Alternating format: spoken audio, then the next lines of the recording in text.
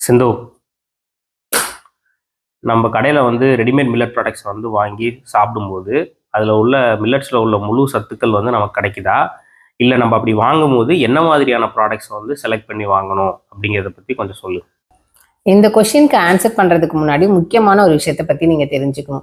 இப்போ நம்ம ஒரு மில்லட் சாப்பிட்றோம் அப்படின்னா அதில் இருக்கக்கூடிய முழு ஊட்டச்சத்துக்களும் நம்ம உடம்புக்கு வரணும் அப்படின்னா அதை வந்து எய்தர் நம்ம ஓவர் நைட் சோக் பண்ணியோ இல்லை முளைக்கட்டியோ இல்லை ஃபெர்மெண்டேஷன் பண்ணியோ சாப்பிட்றது மூலமாக தான் அதில் இருக்கக்கூடிய முழு ஊட்டச்சத்துக்களும் நம்மளுக்கு கிடைக்கும்.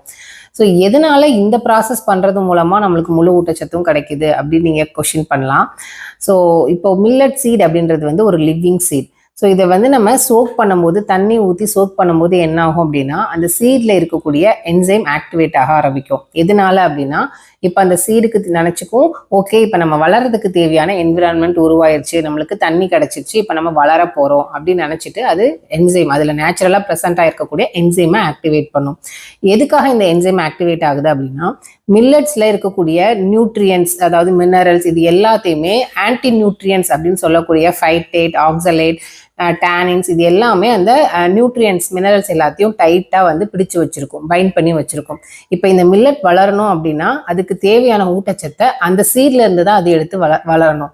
இப்போ அந்த சீட்ல இருக்கக்கூடிய மினரல்ஸ், நியூட்ரியன்ஸ் எல்லாமே இந்த ஆன்டி நியூட்ரிஷன் காம்பவுண்ட்ஸ் வந்து டைட்டாக பிடிச்சு வச்சிருக்கு இல்லையா. ஸோ இப்போ இதுல இருந்து இதை ரிலீஸ் பண்றதுக்கு என்ன பண்ணுன்னா இந்த என்சைம் போய் அந்த ஆன்டி நியூட்ரியன் ஃபேக்டர்ஸை பிரேக் டவுன் பண்ணி அது ஈஸியாக பயோ அவைலபிள் ஃபார்முக்கு, அதாவது ஈஸியாக அவைலபிள் ஃபார்மேட்டுக்கு மாற்றும்.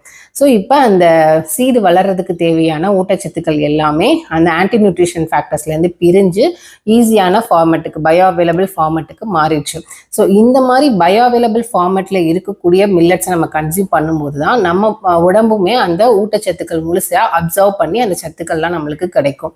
ஸோ இப்போ இந்த 3 ப்ராசஸ்லையுமே சேம் அமௌண்ட் ஆஃப் பயோஅவைலபிலிட்டி தான் இன்க்ரீஸ் ஆகுமா அப்படின்னு கேட்டிங்கன்னா கண்டிப்பாக கிடையாதுங்க. ஓவர் நைட் சோக்கிங் பண்ணுறது மூலமாக 50% ஆஃப் பயோஅவைலபிலிட்டி இன்க்ரீஸ் ஆகும்.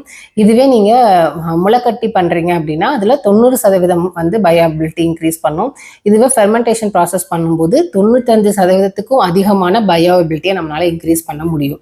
ஸோ நம்ம ப்ராடக்ட் வாங்கும்போது அந்த ப்ராடக்ட்ல யூஸ் பண்ணியிருக்கிற மில்லட்ஸ் வந்து இந்த மாதிரி பயோஅவைலபிலிட்டி இன்க்ரீஸ் பண்ண ப்ராடக்ட்ஸ் தான் யூஸ் பண்ணியிருக்காங்களான்றதை நீங்கள் செக் பண்ணணும். ஃபார் எக்ஸாம்பிள் இப்போ பிரிஷிகோ ஃபுட்ஸில் யூஸ் பண்ணக்கூடிய millet choco spreads and millet சாக்லேட்ஸில் யூஸ் பண்ணக்கூடிய மில்லட்ஸ் எல்லாமே இந்த மாதிரி பயோஅவைலபிலிட்டி இன்க்ரீஸ் பண்ண மில்லட்ஸ் யூஸ் பண்ணி பண்ண ப்ராடக்ட்ஸ் தான்.